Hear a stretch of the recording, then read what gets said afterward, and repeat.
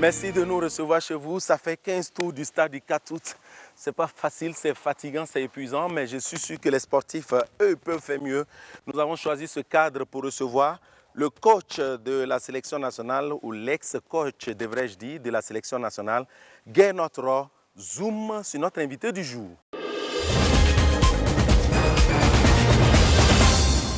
Gernot Rohr, né le 28 juin 1953 à Mannheim, en Allemagne, est un footballeur allemand reconverti entraîneur. Il commence sa carrière dans son pays natal en jouant dans l'équipe du quartier de sa ville natale. Il fait ensuite ses premières apparitions avec l'équipe d'Allemagne junior et fait ses débuts au sein de l'équipe du Bayern de Munich.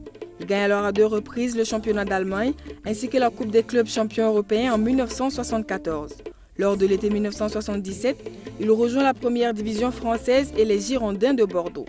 À côté des joueurs comme Alain Giresse, Marius Trésor, Jean Tigana, Rohr va devenir une pièce essentielle du jeu des Girondins et il va gagner à 3 reprises le titre de champion de France en 1984, 1985 et 1987, ainsi que 2 titres de Coupe de France en 1986 et 1987. L'invité de leçon de vie quitte les Girondins en 1989 après plus de 350 matchs pour une dizaine de buts et 2 titres de meilleur défenseur de la saison. Après sa carrière de joueur, il reste en Gironde et devient alors directeur sportif et responsable du centre de formation. Il quitte à plusieurs reprises sa fonction pour passer derrière le banc par intérim de l'équipe première. Notre invité a gravi les échelons pour devenir aujourd'hui un entraîneur plein. En février 2010, Gernot Rohr succède à Alain Giresse à la tête des Panthères du Gabon. Il mène l'équipe du Gabon en quart de finale de la CAN 2012. Il reste à son poste jusqu'à la fin de son contrat le 29 février 2012. Le 5 septembre 2012, il est nommé sélectionneur du Niger. En octobre 2014, il démissionne de son poste. Le 24 février 2015, il est nommé sélectionneur du Burkina Faso. Il démissionne en décembre 2015. Richard Tiennet, le coach Gernot Rohr, reste à vous.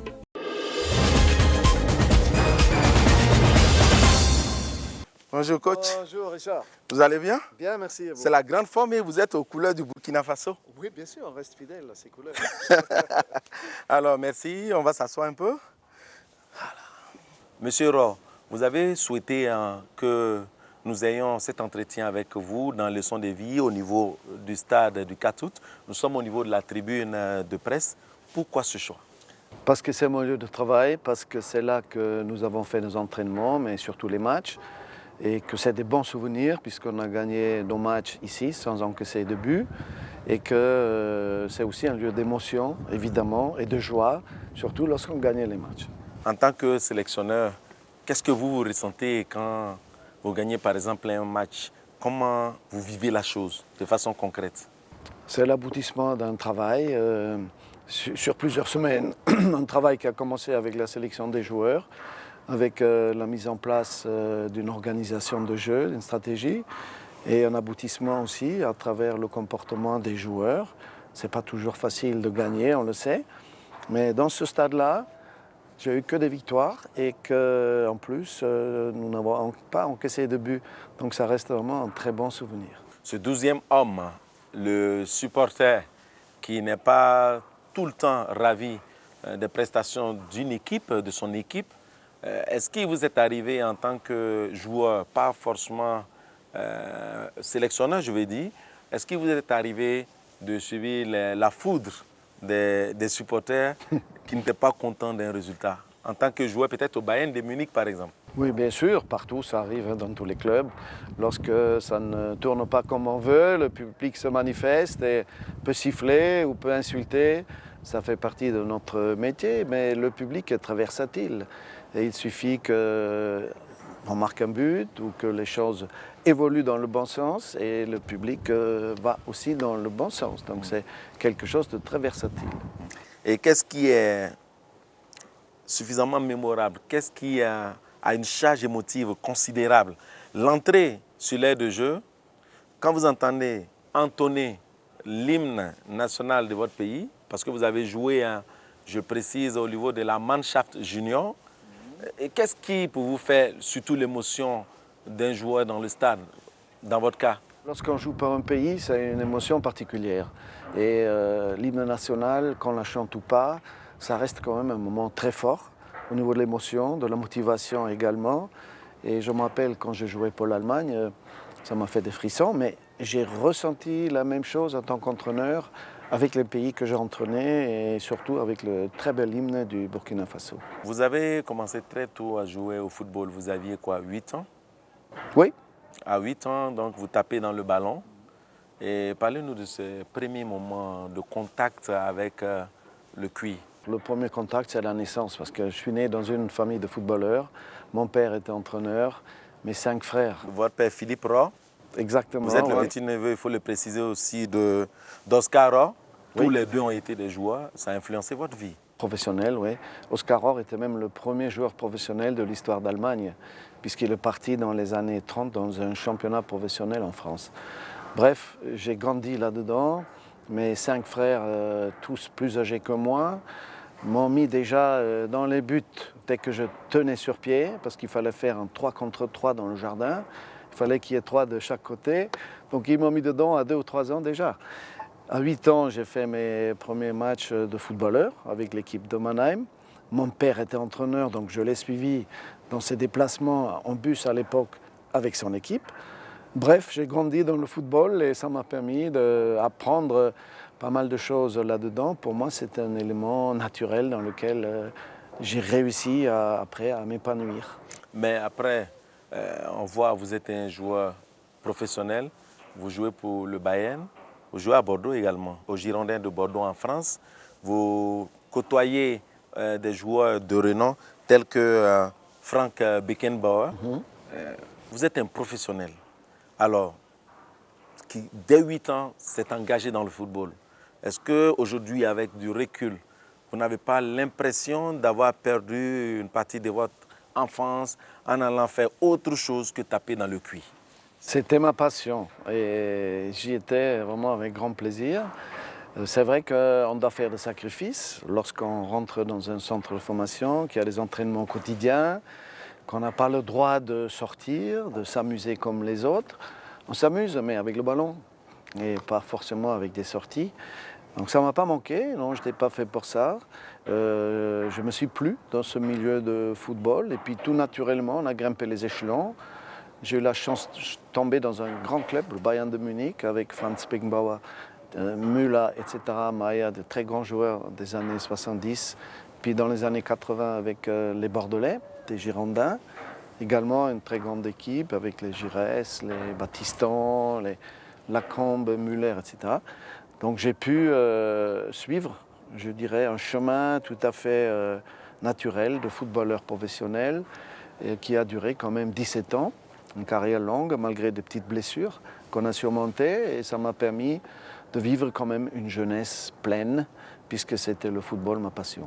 Je précise qu'avec votre équipe, le Bayern de Munich, vous avez gagné à 2 reprises le championnat d'Allemagne, ainsi que la Coupe des clubs champions européenne. C'était en 1960. 74, exactement. C'est la bonne date. Oui, c'est la bonne date. Alors, 73 également, 2 fois. 2 fois, 73 également. Qu'est-ce qu'il faut concrètement pour être un sportif de haut niveau? Il faut beaucoup de volonté. Il faut bien sûr le talent. Ça, c'est la condition sans laquelle on ne peut pas évoluer. Moi, j'avais la vitesse. J'allais très vite. Donc, et vous étiez défenseur? Défenseur. J'ai commencé devant. J'ai commencé avant-centre. Et après une fracture au tibia qui a été causée par le gardien adverse, j'ai un peu reculé sur le terrain et je me suis retrouvé dans un poste arrière latéral offensif, puisqu'à l'époque ça évoluait vers des latéraux qui montaient beaucoup en attaque. Et mon père m'a mis là et je me suis épanoui à ce poste. Et après j'ai joué à plusieurs postes, notamment au Girondins de Bordeaux, je me suis retrouvé au milieu. C'était polyvalent. Et ça m'a permis de voir un peu tous les postes, ce qui est utile après pour le job d'entraîneur. Et le dopage, vous avez souvent eu recours, vous allez le dire entre nous, vous n'êtes plus joueur. Est-ce qu'il est arrivé que pour avoir de l'énergie, de la force, parce que c'est très rude le championnat allemand, c'est très rude le haut niveau. Est-ce que par moment vous avez recours à des produits pharmaceutiques? Comme tous les joueurs, à un moment donné, on a affaire à des dirigeants qui veulent encore vous donner davantage de force. Et donc ça m'est arrivé aussi de devoir prendre un petit Captagon, mais ça m'a fait tourner la tête et j'ai vite arrêté avec ça. Mais bon, c'était un produit interdit, comme je suis qu'après. Mais quand on est jeune joueur, on a parfois des dirigeants ou des entraîneurs qui veulent encore tirer plus de vous. C'est le danger. Mais bon, après, plus jamais. En Allemagne, on a toujours été très correct. Et en France également, donc je n'ai pas eu de soucis avec ça, contrairement à d'autres disciplines sportives où il est plus facile d'améliorer la performance avec le dopage. Pas d'alcool? Une bonne bière le soir, toujours, pour mieux dormir. Mais vous savez, pour un Allemand, boire une bière, ce n'est pas de l'alcool. Hein. C'est un plaisir tout à fait naturel et sain, puisqu'il n'y a pas de produits chimiques dedans. Et on grandit un peu avec ça en Allemagne. Donc c'était, d'ailleurs, quand je suis arrivé au Bayern, Franz Beckenbauer, qui a vu que je n'osais pas prendre la bière comme eux, m'a dit, si tu ne bois pas de bière, tu ne seras jamais un grand joueur au Bayern. Ah bon? Depuis, j'ai toujours pris ma bière. D'accord. Et donc pas de bière, pas de tabac non plus? Non, pas de cigarette, non, jamais. La bière, elle est modérée, pas de tabac? Non, pas de cigarette, parce que le souffle, et puis j'aimais pas ça. Jamais la drogue? Ça me faisait mal à la tête. Non, ça me fait toujours mal à la tête. D'ailleurs, heureusement qu'en France maintenant et en Europe, les fumeurs, on les met dehors et ce non-fumeur reste dedans. Et vous êtes obligé, en tant que joueur professionnel, d'observer une certaine hygiène de vie. C'est quoi exactement? L'hygiène commence déjà avec une bonne alimentation, avec 3 repas par jour. D'ailleurs, je me suis bagarré avec les joueurs de l'étalon pour qu'ils prennent tous le petit déjeuner à une certaine heure pour pouvoir enchaîner après avec les entraînements. Parce et les autres repas. Il y en a qui n'aiment pas le petit déjeuner. Oui, en Afrique, parfois, il y en a qui sont habitués à faire que 2 repas par jour, mais quand vous êtes sportif de haut niveau, il faut vraiment suivre un régime avec une ponctualité extrême. On a exigé ça et je me suis bagarré. Finalement, ils l'ont accepté. Ils sont tous venus au petit déjeuner. Après le repas du midi, léger, avec des crudités, avec des choses pas grasses forcément. Beaucoup de riz, des pâtes, des choses que le footballeur a besoin pour faire ses efforts. Et les femmes? Mais les femmes font partie de notre vie. Elles nous donnent le bonheur de nous faire papa. Donc ça faisait 4 grands moments dans ma vie que ça m'est arrivé. Pas avec la même femme, mais c'est pas important. Ce qui compte, c'est le bonheur des enfants, leur santé. Et c'est grâce aux femmes qu'on peut vivre tout ça. Par moment, vous êtes obligé de vous abstenir pour pouvoir être performant, dit-on. C'est avéré? Un joueur, avant le match, doit bien dormir forcément. Il doit aussi bien se préparer mentalement, ne doit pas s'épuiser autrement. Je ne fais pas partie des gens qui disent qu'il faut tout interdire. Chacun a son rythme. Et il peut y avoir des moments de tendresse avec son épouse, etc., qui sont complètement positifs pour l'épanouissement du sportif. Ceci dit, avant un match, il vaut mieux consacrer ses forces à la compétition. On va descendre de cette tribune pour marcher un peu, pour découvrir avec vous le stade du 4 août ou faire découvrir le stade pour ceux qui n'y ont jamais mis les pieds ou qui n'ont jamais vu un peu la configuration de ce cadre historique à travers même la télé. Donc ils vont en profiter sur les antennes de BF1, la chaîne au cœur de nos défis. Mais avant cela, on suit ensemble et avec vous, vous suivez au niveau du moniteur, quelqu'un que vous connaissez bien, il a été joueur de haut niveau également, il s'appelle Kassoum Ouedraogo, on l'appelle Zico, familièrement. Qui a joué en Allemagne? Qui a joué en Allemagne, qui vous connaît et qui parle de vous.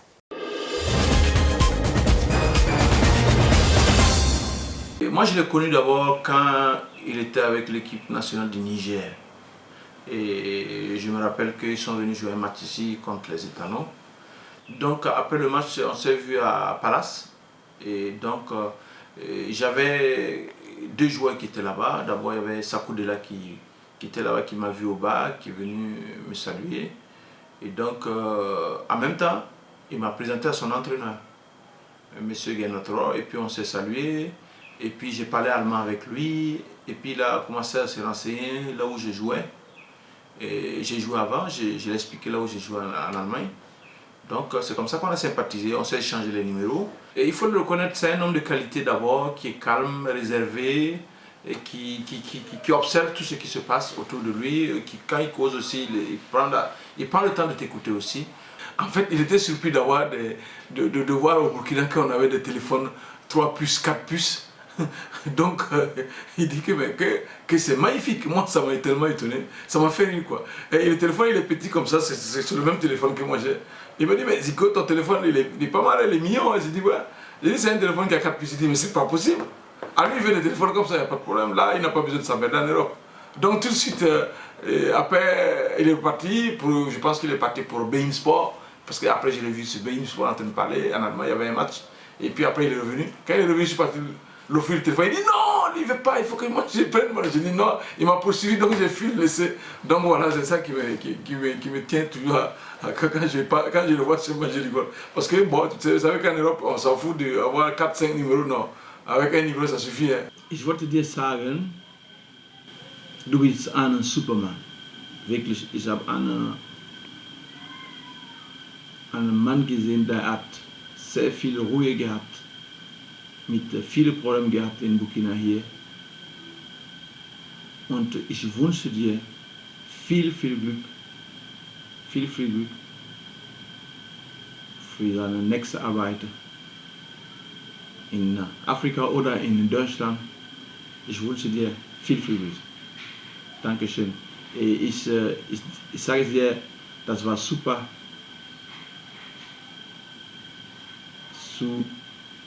Zu Mr. Genotro kennenzulernen in Burkina Faso. Ich hoffe, wir bleiben in Kontakt und wir können ab und zu telefonieren. Dankeschön.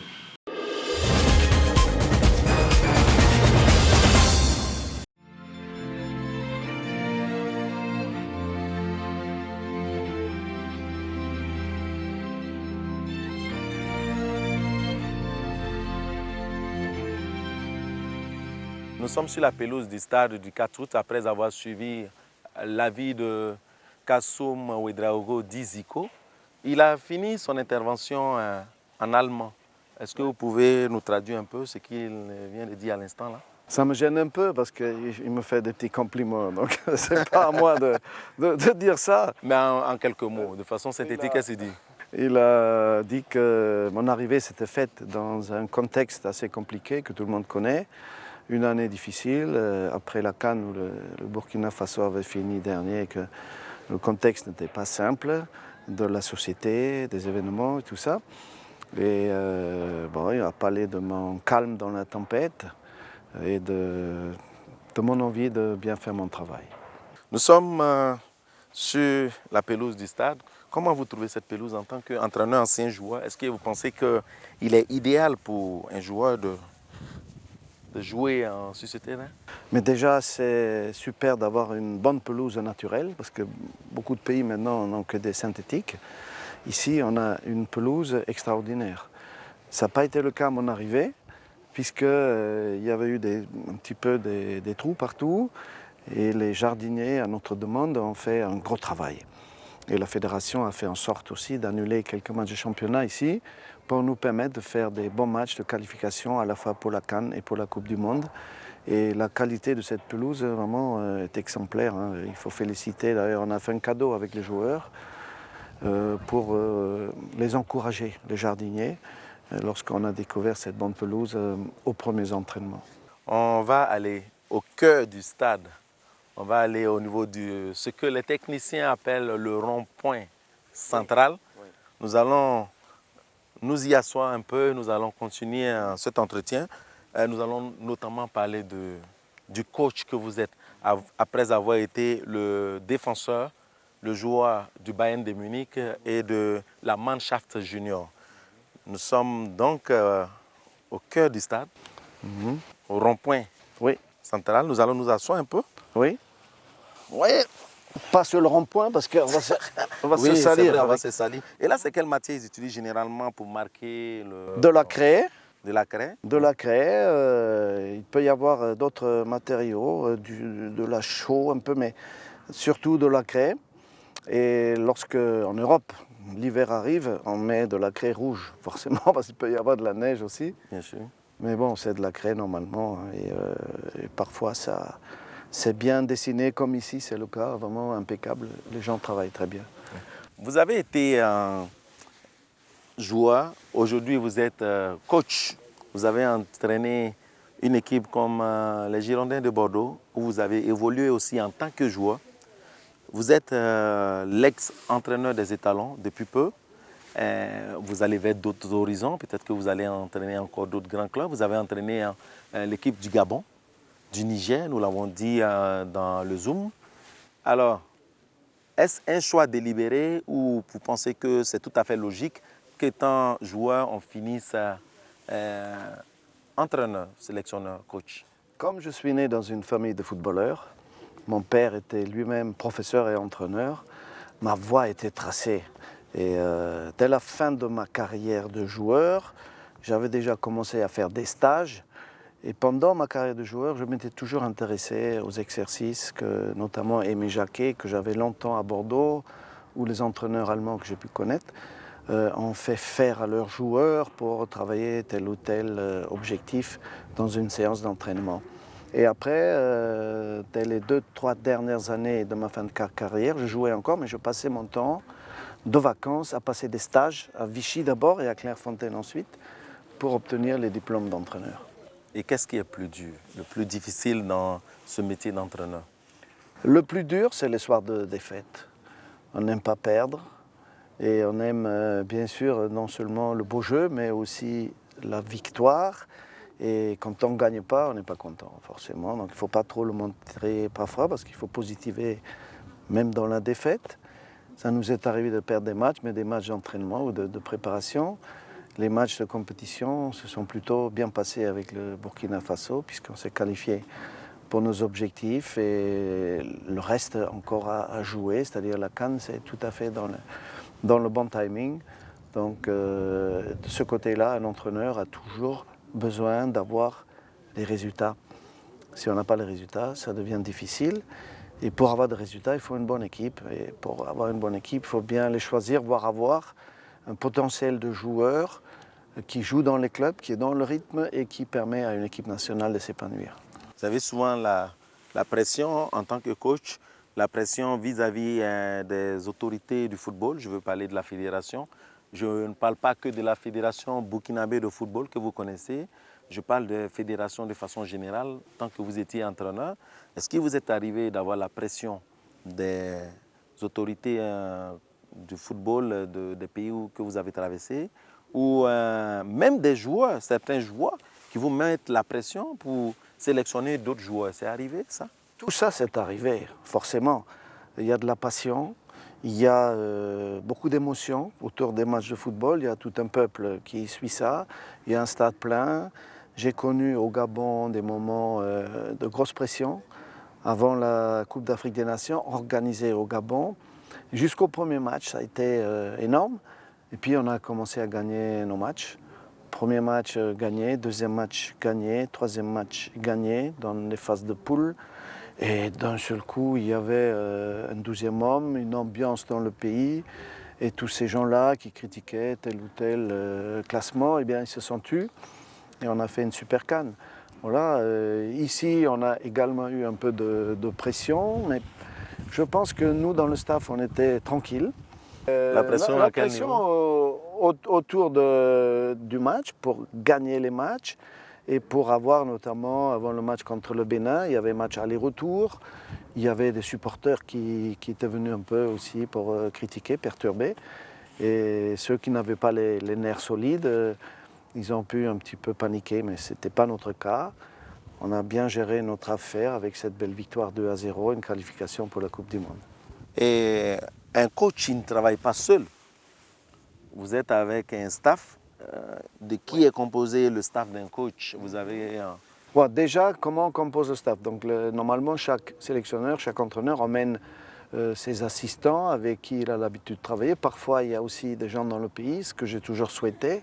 On avait ici notamment l'entraîneur Brahma, qui était qualifié, donc que j'ai gardé dans mon staff comme assistant. Il y avait un entraîneur des gardiens, Pionetti, qui était là en permanence, qui s'occupait des gardiens de but, pas seulement de l'équipe nationale, mais aussi parfois des clubs. Il prenait le meilleur pour les entraîner, parce que ça manque dans les spécificités. Ensuite, il y avait un préparateur physique, il y avait un kinésithérapeute, il y avait un médecin. Donc il y a un staff technique composé de 4 coachs avec qui on échange beaucoup parce que c'est un travail d'équipe aussi, nous, ce qu'on fait. Ce n'est pas que l'entraîneur, il échange beaucoup avec son staff, ses assistants, et après il y a le staff médical, Il y a des psys. docteur. On n'avait pas besoin de psy parce que... Un psychologue, ce n'est pas nécessaire. je ne pense pas parce que ça complique les choses. Et puis ce peu de temps qu'on a pour préparer un match, hein, on les a que parfois que 2-3 jours puisqu'ils sont dans leur club le reste de l'année. Passer son temps avec des interrogatoires psychologiques, ce n'est pas forcément la meilleure manière de motiver les joueurs. Donc on avait un bon médecin, ça suffisait, bon kiné, et parfois l'entraîneur que je suis doit être aussi un tout petit peu psychologue. J'ai demandé beaucoup d'humilité, beaucoup de simplicité, modestie même, parce qu'il fallait repartir une par une, regrimper les marches d'un escalier depuis le bas. Et donc cette demande d'humilité, bon, j'essaie de faire passer ce message avec mon staff au complet. Il y a aussi le staff administratif autour, l'intendant, les gens qui organisent le voyage, le secrétaire général, les secrétaires. Donc c'est tout un travail collectif qu'il faut vraiment bien maîtriser pour que les matchs se passent bien. Vous n'avez pas recours à un psychologue, vos joueurs, ou peut-être vous-même, qui sait, puisque vous êtes quelque peu africain. Vous avez vécu au Gabon, au Niger, au Burkina Faso. Il y a nos croyances traditionnelles. Est-ce que vos joueurs ou vous-même, vous avez parfois, par moment, eu recours à des talismans, à des gris-gris pour gagner un match?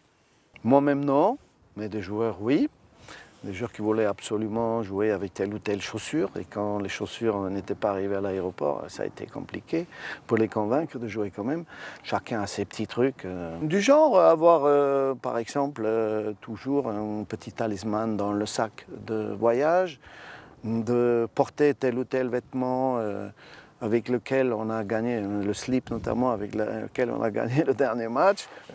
Et le porter tant que les matchs sont positifs, les résultats sont là. Voilà, il y a des petits trucs comme ça. Et puis, il y a un peu de superstition. Ça fait partie du sport de haut niveau dans toutes les disciplines. D'accord. Nous allons... Ah, il fait chaud au stade, hein, du 4. Oui, ça chauffe. Ça chauffe, ouais. Je plains les joueurs, c'est pas simple. Oui, bah, heureusement qu'on ne joue pas à midi. Ils méritent leur salaire. Oui, mais souvent, les matchs en nocturne, ici, il y a un bon éclairage. Ouais. Souvent, il fait chaud aussi quoi, quand c'est en avril. Oui, il y a des pays, au Niger notamment, où on a joué à 16h l'après-midi. C'était dur, très très dur au mois d'avril, mars. Bon, beaucoup d'admiration pour les joueurs qui arrivent à s'exprimer dans des conditions extrêmes, pas toujours sur une bonne pelouse, parfois c'est des pelouses synthétiques avec un caoutchouc noir qui chauffe encore plus et qui sont forts. Donc j'ai beaucoup de respect devant les joueurs qui jouent dans ces pays chauds l'après-midi. On va se lever, on va se retrouver en bas de la tribune numéro 10 pour continuer et boucler cet entretien avec vous. Mais avant, nous allons suivre un extrait d'un de vos collaborateurs. C'est l'entraîneur des gardiens. Il va parler de vous, vous allez réagir quand on y sera et on va poursuivre l'entretien. Mais avant, dites-nous, un coach, ça pèse lourd, ça touche beaucoup. Si vous voulez, il y a parfois des moments où on doit mettre en avant les vertus, les qualités des sportifs, comprendre aussi l'importance du travail qu'on doit faire, la responsabilité qu'on a.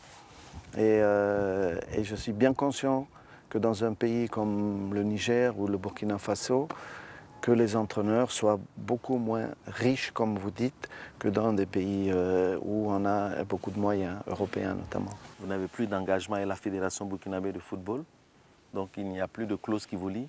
Vous touchez combien? Non, c'est fini, c'est fini. Vous touchez combien en tant J'ai que... déjà pour vous dire que pendant de longs mois, je n'ai rien touché parce que avec les soucis qu'il y avait dans le pays, il y avait un petit peu de problème pour honorer les contrats. Donc il y a eu beaucoup de retard, mais on n'a jamais rien dit. On a travaillé et j'ai bien compris les difficultés après la Révolution, pendant la transition et avec ce putsch On a beaucoup patienté pour toucher finalement le minimum qui nous était attribué dans nos contrats. C'est assez diplomatique, coach.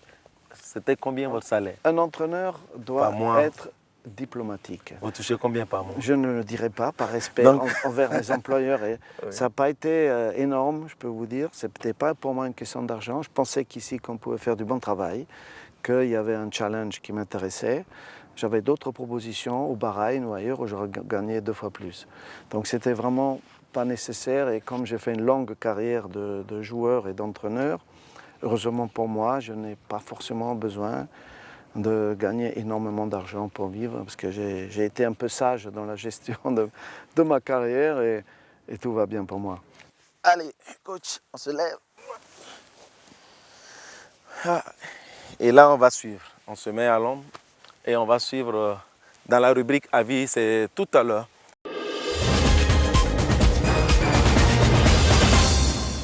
On a passé beaucoup d'années ensemble, depuis Nice, qui était le début de notre connaissance. On a passé pour Ajaccio, on est passé encore pour le Niger. C'est un homme beaucoup discret, je dirais. Un homme avec beaucoup de vertus humaines, sur le point de vue professionnel, dans le même temps. J'ai noté toujours Gernot, un homme de grande expérience, et toujours prêt à comprendre le football chaque fois, d'accord?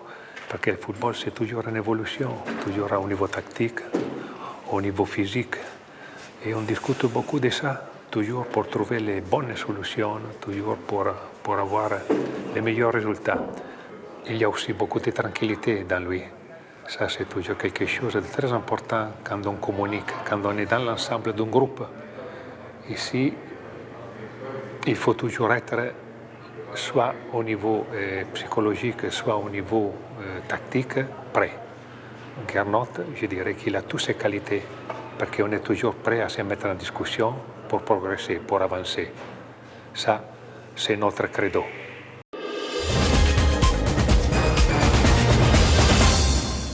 Alors, vous avez porté des lunettes de soleil parce qu'il fait chaud, c'est-à-dire ici, on a les rayons dans les yeux. Il est votre collaborateur depuis combien de temps? Nous venons de le suivre dans la rubrique avis. Depuis 16 ans déjà, depuis 2000. On est ensemble, on était à Nice, à Ajaccio, au Niger. Presque toutes les étapes, on a pu les faire ensemble depuis l'an 2000. D'accord. Ok, vous l'avez suivi, vous avez un commentaire particulier à faire? Oui, c'est qu'il parle comme un homme politique. Hein. Il est sérieux. Hein. Je vais le chambrer un peu. Oh, c'est un garçon extrêmement loyal, fidèle, compétent. Et c'est un plaisir de travailler avec lui parce qu'il est toujours ouvert. Et puis, dans cette spécialité d'entraîneur de gardien, on a vraiment besoin de gens qui savent faire ce travail spécifique pour faire progresser les gardiens de but. C'est peut-être le poste le plus important dans une équipe. D'accord. À sa suite, nous allons suivre un chroniqueur sportif, un présentateur du magazine des sports sur les antennes de BF1. Il s'appelle Somda William. Lui également parle de vous. Avis.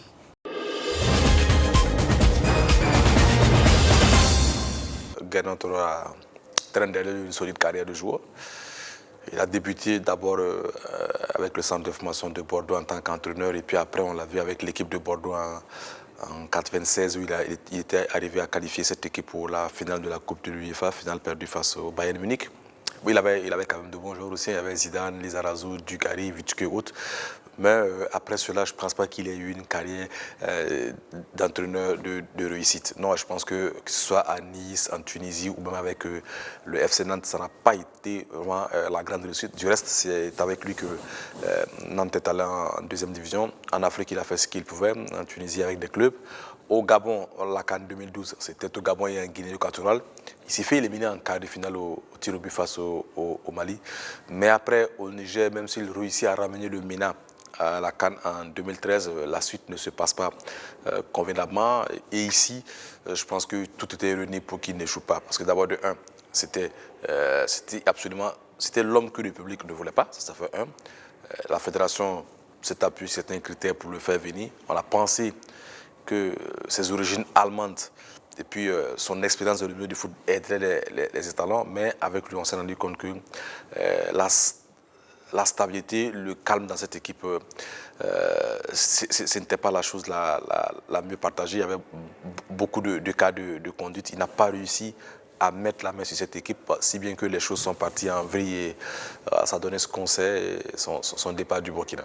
Je me dis quand même que s'il traîne sa bosse dans le milieu du football depuis plus de 40 ans, je dirais, c'est que quelque part, il doit véhiculer de bonnes valeurs. Il a eu d'excellents joueurs sous sa coupe. En tout cas, je n'ai pas encore vu un ancien joueur de Guinotro le descendre en flamme. Donc je me dis que sur le côté relationnel, sur le côté humain, il doit avoir de bonnes valeurs à partager, même si ici on n'a pas eu le temps de le voir.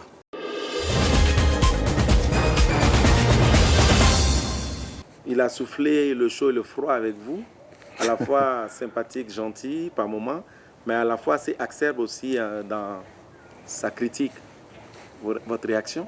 Ma réaction, c'est que c'est le boulot des journalistes d'être critique, c'est tout à fait normal. Là où je regrette, c'est qu'il est mal informé puisqu'il croit que je suis descendu avec le FC Nantes, ce qui est faux. Je suis arrivé au FC Nantes, il était déjà en deuxième division, donc il faut réviser un peu parfois les informations avant de les balancer comme ça. Malheureusement, on ne l'a pas vu dans l'entourage proche de l'équipe nationale, ni pour une discussion, ni pour s'informer. Donc il parle un peu comme les gens de la rue qui voulaient Keshi quand il y avait les 3 candidats. J'ai été confronté à ça à mon arrivée de suite et il confirme là avec ses propos. Ça n'a pas été simple puisqu'apparemment les médias ou les supporters voulaient un autre coach que moi. Donc, malgré cela, je crois que notre collaboration s'est pas trop mal passée puisqu'on a atteint la moitié des objectifs et l'autre moitié est toujours dans nos cordes. On est bien parti pour. Et que de toute façon, c'est complètement logique qu'un journaliste soit critique. Et d'ailleurs, c'est beaucoup plus facile d'être critique quand la personne n'est pas en face que quand on est là. D'accord. On va marquer une pause et on va encore évoluer dans ce stade qu'on fait découvrir en même temps aux téléspectateurs. Et c'est la rubrique cliché où vous commentez 3 photos. Et celle-là, cette rubrique, on la fera un peu plus en profondeur du stade, à quelques mètres des bureaux.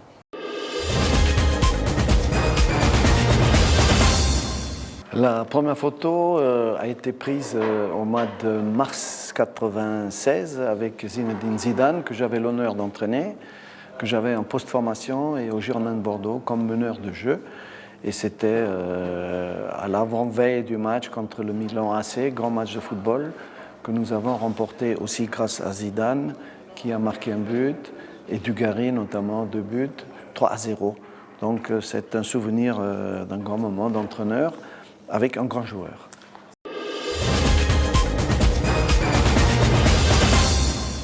Alors le second cliché, c'était avec l'ex-chancelier Gerhard Schröder, un bon footballeur d'ailleurs, hein, dans sa jeunesse, qui m'avait invité pour célébrer le traité d'amitié franco-allemand, les 40 ans de ce traité. Et il y avait également Jacques Chirac qui m'avait invité à cette même occasion pour leur remettre en même temps un cadeau de l'OGC Nice que j'entraînais à l'époque. On était leader en championnat de France en 2002.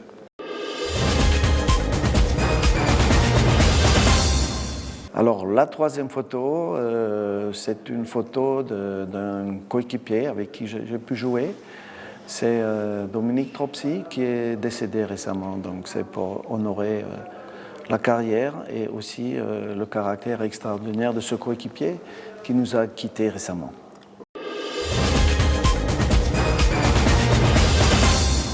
Vous avez suivi William, vous avez fait des commentaires, mais selon vous, aujourd'hui, qu'est-ce qu'il faut à la sélection nationale du Burkina Faso ou au football burkinabé de manière générale pour prendre de l'ascendance par rapport à certains pays de grands noms du football sur le continent? Je dirais avant tout, il faut de la sérénité. Chose qui a manqué pendant mon séjour pour des raisons de contexte général, politique, société. Ça n'a pas été le cas. Et aussi, je pense qu'il faut de l'humilité, beaucoup d'humilité. L'équipe de 2013 a bien compris que maintenant, ça fait longtemps que c'est fini. Il faut se remettre en question. Et ce travail que j'avais entamé n'est pas terminé. Je pense qu'il faut poursuivre là-dedans. La simplicité, la modestie, la combativité, la solidarité, ce sont des qualités qu'il faut absolument à cette équipe.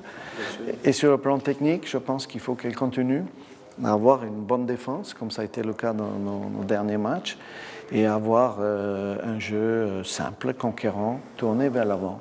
C'est tout collectif. Bien sûr, le jeu collectif où l'individu se met au service, malheureusement, il y a parfois des joueurs qui n'acceptent pas d'être mis sur la touche ou autre. Donc là-dessus, il y a aussi parfois des sanctions qui s'imposent où l'entraîneur ne doit pas rester seul, mais doit être suivi par ses dirigeants pour mettre de l'ordre là-dedans. Des joueurs justement qui ne veulent pas jouer collectif, qui sortent un peu du jeu de groupe, le font savoir par moments aussi à travers le comportement d'un point de vue social. Vous avez, il nous est revenu, selon un recoupement d'informations au niveau de certaines sources, que pour venir jouer, quand ils sont appelés au pays, les étalons, certains joueurs préfèrent voyager en classe A, d'autres en classe économique. Pourtant, le pays n'a pas suffisamment les moyens et eux, joueurs dans des grands clubs en Europe, ils peuvent, on ne dira pas qu'ils peuvent s'en passer, mais ils peuvent quand même faire un effort pour comprendre. C'est avéré déjà? Nous sommes dans un pays où j'ai toujours considéré qu'il faut donner l'exemple à travers un comportement modeste, humble, simple, combatif et solidaire. Et toutes ces choses-là que vous avez abordées entrent bien entendu dans ce domaine-là. Et il me paraît normal que l'entraîneur que j'étais donne l'exemple en voyageant avec les places les moins chères possibles pour ne pas creuser davantage les finances publiques. Je pense que les joueurs sont en train de le comprendre. C'est un long travail. C'est difficile de descendre d'un cran au niveau du confort, etc. Mais je crois que c'est indispensable pour avoir une véritable solidarité dans cette équipe. Vous avez récemment été désigné ambassadeur du football allemand. D'abord, qui vous a octroyé cette désignation et à quoi devrez-vous normalement vous attendre, une attestation et quoi d'autre? Alors cette distinction a été accordée par les instances du football allemand avec l'aide des médias, le Kicker notamment, grand journal de football, mais aussi l'ambassade d'Allemagne et également le ministère des Relations extérieures. Donc on a considéré que partout où je suis passé depuis 40 ans à l'étranger pratiquement, que j'ai été correct dans mon attitude et que j'ai plutôt fait du football allemand une bonne image. Et c'est ce que j'ai essayé d'avoir également ici, bien entendu, jusqu'au bout, avec un départ propre et sans polémique, mais aussi dans toutes les autres étapes que j'ai pu avoir avant. On doit porter les paroles de ce football bien organisé, mais aussi avec succès, comme on le voit à travers la Mannschaft, qui est championne du monde, et j'espère aussi qu'elle sera championne d'Europe. Eh bien, on aura bien sûr un peu de récompense aussi à distribuer à des associations de jeunes que j'ai déjà choisies au Burkina Faso. C'est quelle association? Notamment la FOGEBU, qui est un centre de formation initié par l'ambassade d'Allemagne, qui existe depuis une dizaine d'années, et qui récupère les gamins de la rue pour leur donner une formation scolaire et footballistique.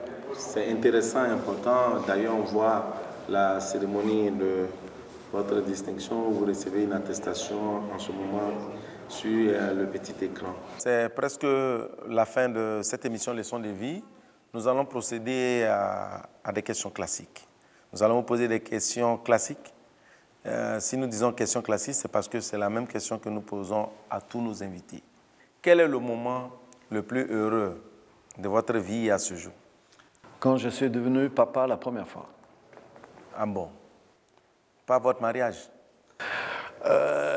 Non, pas le premier en tout cas, parce qu'il a été dissolu. Le deuxième peut-être, on verra. Mais bon, il faut attendre un peu encore pour juger. Donc vous êtes divorcé? Oui, Pourquoi? Me remarier. Ça vient de vous, c'est votre faute? Ben, c'est la vie qui fait ça. Hein. Vous n'avez pas trop de temps pour la maison. Qu'est-ce qui s'est passé? Des choses qui peuvent se passer. Vous tournez dans tout comme le un temps, accord. un joueur jamais disponible pour madame, vous êtes tout le temps parti. Ah, mais on est dans une activité, on est souvent absent et c'est pas évident, c'est vrai pour madame de comprendre ça. Un moment difficile? Disparition de mon père. J'ai toujours ma maman, qui a maintenant 94 ans, à Mannheim, en Allemagne. Et mon papa nous a quittés il y a quelques années, qui nous a élevés, qui nous a fait footballeur aussi, comme lui. Et on lui doit beaucoup, tout pratiquement. Donc ça a été le moment le plus dur. Que regrettez-vous le plus dans votre vie? Les regrets, j'en ai pas, parce que j'estime qu'on doit faire des erreurs. Et les erreurs vous permettent après d'apprendre et de faire mieux, de ne pas les renouveler. Donc même ces moments-là, je ne le regrette pas. Aucun regret pour le moment, ça va peut-être venir, mais lorsque vous êtes en bonne santé, que vous avez une famille, des enfants, des amis, et de quoi manger et qu'on s'entend bien avec ses concitoyens, c'est déjà un bonheur. Quel est votre plus grand défaut? Mon plus grand défaut, c'est que je suis parfois un peu dur, je pense, et que certains disent têtu. Moi, je dis que je suis fidèle à ma ligne de conduite. Et lorsqu'on est entraîneur, on doit l'être. Et parfois, il y a des joueurs qui ne comprennent pas. Mais bon, je pense que le principe de solidarité, c'est plus important que l'ego personnel. D'accord. Si vous deviez reprendre votre vie, quelle facette de celle-ci souhaiteriez-vous voir changer? Oui, ça rejoint la question sur les regrets. Il n'y en a pas tellement, j'ai eu beaucoup de chance, puisque né dans une famille nombreuse après la guerre en Allemagne, on a réussi à s'en sortir, à faire des études et à faire du football. Et après, à être entraîneur, prolonger le plaisir de la passion du football. Et voilà, donc pas grand-chose à changer. J'espère que ça va continuer comme ça. Et surtout que Dieu nous donne la santé pour pouvoir mener notre vie. Devant une difficulté quasi insurmontable, qu'est-ce que vous faites? Quasi insurmontable. Qu'est-ce qu'on fait? Écoutez, moi, je n'ai jamais renoncé devant la difficulté, au contraire. J'ai remarqué que là où d'autres abandonnent, j'étais solide au poste. J'ai vu ça plusieurs fois. Quand ça paraît insurmontable, je me trouve une motivation qui est encore beaucoup plus insurmontable. Un homme de challenge, on dira. Alors, votre conseil vis-à-vis de tous ces jeunes qui nous suivent? Le conseil que je puisse donner à tous les jeunes, parce qu'il y en a beaucoup qui rêvent de devenir footballeurs, c'est de ne pas négliger l'école, parce que ça ne marche pas toujours avec le football. Vous êtes titulaire d'une maîtrise en allemand? Oui, et le football est court, donc ça dure une certaine période, et la vie après mérite aussi d'être préparée, donc ne pas négliger l'école et respecter ses coéquipiers, l'esprit du jeu qui est collectif, et aussi les gens qui vous dirigent et qui vous entraînent. Ok. Des suggestions bonus, une citation, un proverbe, dans une ethnie de votre choix. Ça peut être une ethnie du Burkina Faso, ça peut être en allemand, ça peut être... Bon, l'idéal serait que ça ne soit pas en français. C'est la même que j'ai donnée lorsqu'on m'a accordé le titre d'ambassadeur de foot allemand. J'ai dit, das nächste Spiel ist das schwerste. Ça veut dire que le prochain match, c'est toujours le plus difficile. C'est que les challenges à venir sont toujours les plus importants et les plus durs à relever. Le chant. Vous avez une chanson particulière que vous aimez, qui vous motive, qui vous galvanise en tant que joueur, entraîneur, dans les vestiaires ou en dehors des vestiaires, dans les toilettes, devant votre miroir. Il y a des airs que vous fredonnez de temps en temps. Il y a une chanson que j'ai chantée quand je suis arrivé à la tête des étalons, puisqu'il est de coutume que tout nouveau joueur, voire entraîneur, membre du staff, doit chanter un petit morceau. C'est là que je vais vous chanter, parce que c'était pour réveiller un peu les joueurs. Donc personne ne s'appelait Jacques, je m'étais un petit peu renseigné, mais c'était frère Jacques, dormez-vous, dormez-vous, sonnent les matines, ting, ting, tong. Repris en refrain par la moitié de l'équipe, et puis l'autre moitié, c'était assez rigolo. Bravo à vous pour tout ce que vous avez fait pour le football mondial. Nous vous disons bonne continuation dans votre carrière. D'ailleurs, vous faites quoi après?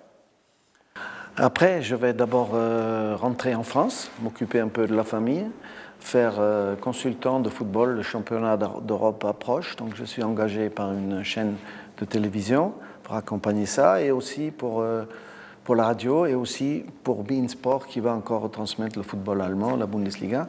Je suis occupé avec ça. Une très belle année de championnat d'Europe, j'espère qu'il va s'annoncer en toute sécurité, par les temps qui courent, surtout cela, avec un beau football.